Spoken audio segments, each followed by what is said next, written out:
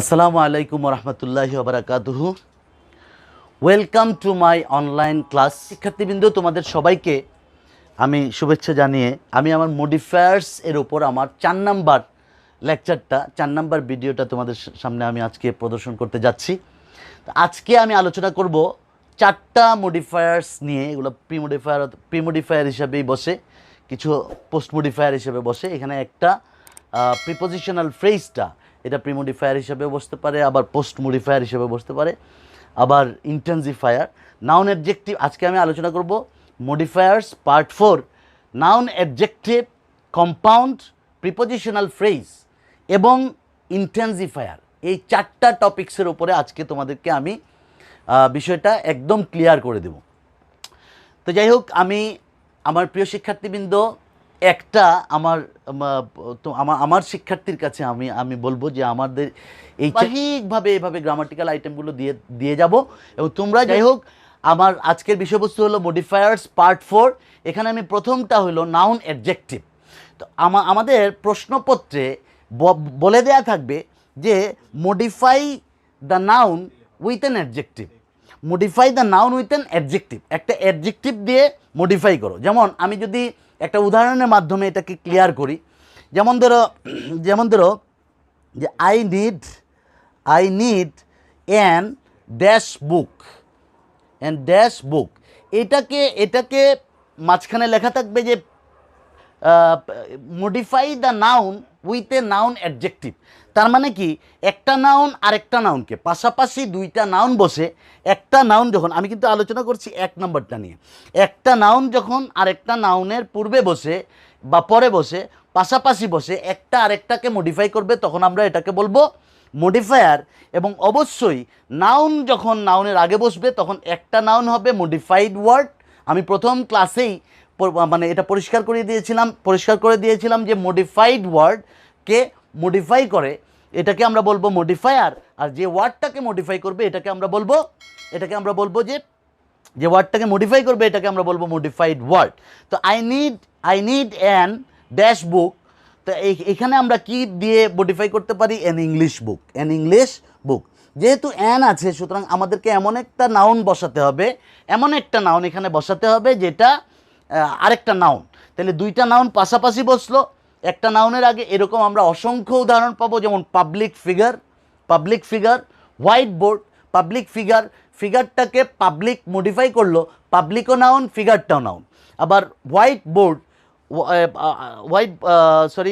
Public figure, white board, এগুলো একটা আরেকটাকে modify করলো, এই জন্য এগুলোকে আমরা বলবো noun but used as an adjective. এরপরে আমরা দেখি আমাদের 2 নম্বরটা হলো কম্পাউন্ড। প্রিয় শিক্ষার্থীবৃন্দ, আমাদের 2 নম্বরে আমরা আলোচনা করছি কম্পাউন্ড নিয়ে।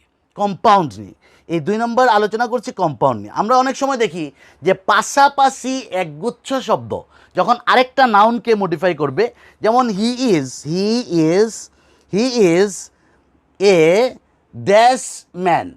এখন আমরা এখানে কি লিখতে পারি প্রিয় শিক্ষার্থী বন্ধুরা? আমরা এখানে গুড ম্যান লিখতে পারি, কিন্তু গুড ম্যান লিখতে পারি, তখন এটা হবে অ্যাডজেক্টিভ, প্রিমোডিফাই এ নাউন।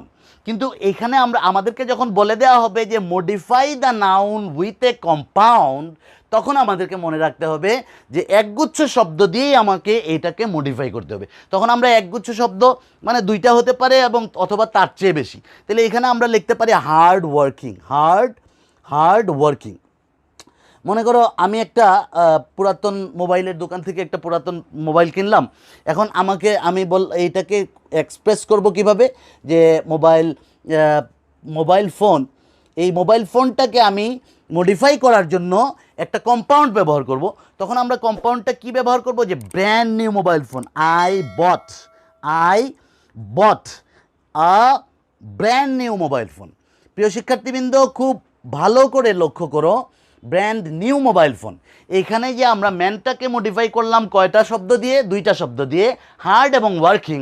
এখানে হার্ডটা অ্যাডজেক্টিভ, ওয়ার্কিংটাও it's a kind of participle আলোচনা আমরা আগের ভিডিওতে করেছি। তো যাই হোক, এই দুইটা গুচ্ছাকারে যখন বসে ম্যানটাকে মডিফাই করলো, তখন এটা হবে কম্পাউন্ড। কম্পাউন্ড মানে যৌগিক। তখন যুক্তভাবে দুই বা ততোধিক ওয়ার্ড যখন একটা নাউনকে অথবা নাউন ফ্রেজকে মডিফাই করবে, তখন এটাকে আমরা বলবো কম্পাউন্ড। এবার আমরা আসি প্রিপোজিশনাল ফ্রেজ। আমরা প্রিয় শিক্ষার্থীবৃন্দ, আমরা 3 নম্বরে চলে আসছি। প্রিপোজিশনাল ফ্রেজ নিয়ে এখন আমরা আলোচনা করব। আমরা যদি বলি যে the road to Khulna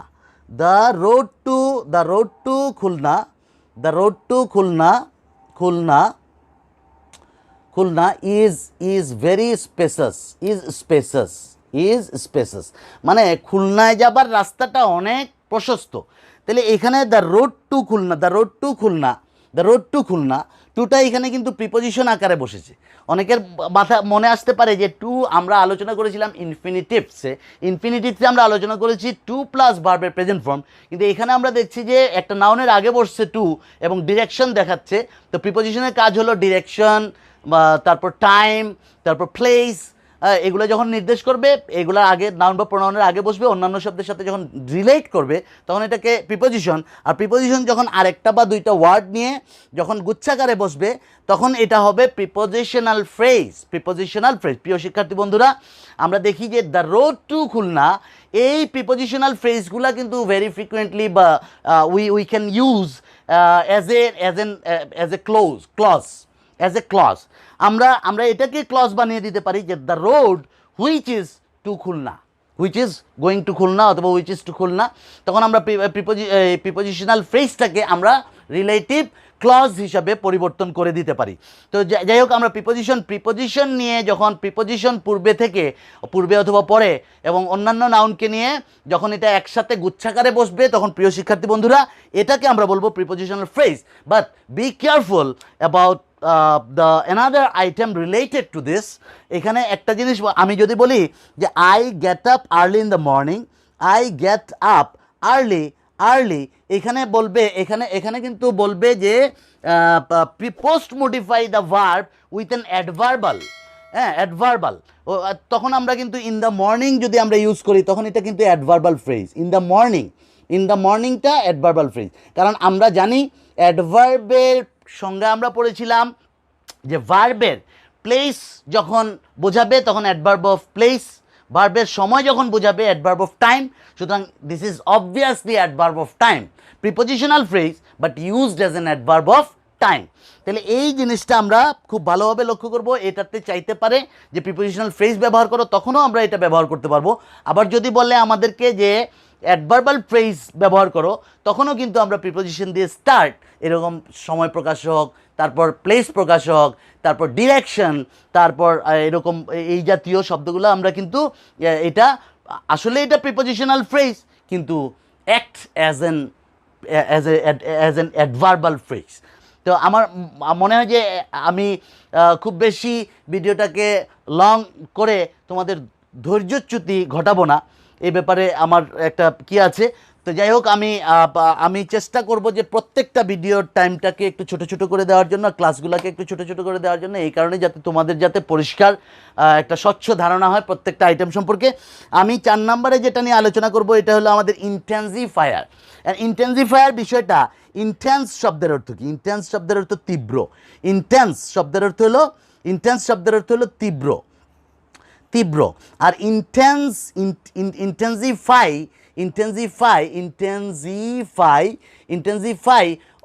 intensify অর্থ হলো তীব্র করা।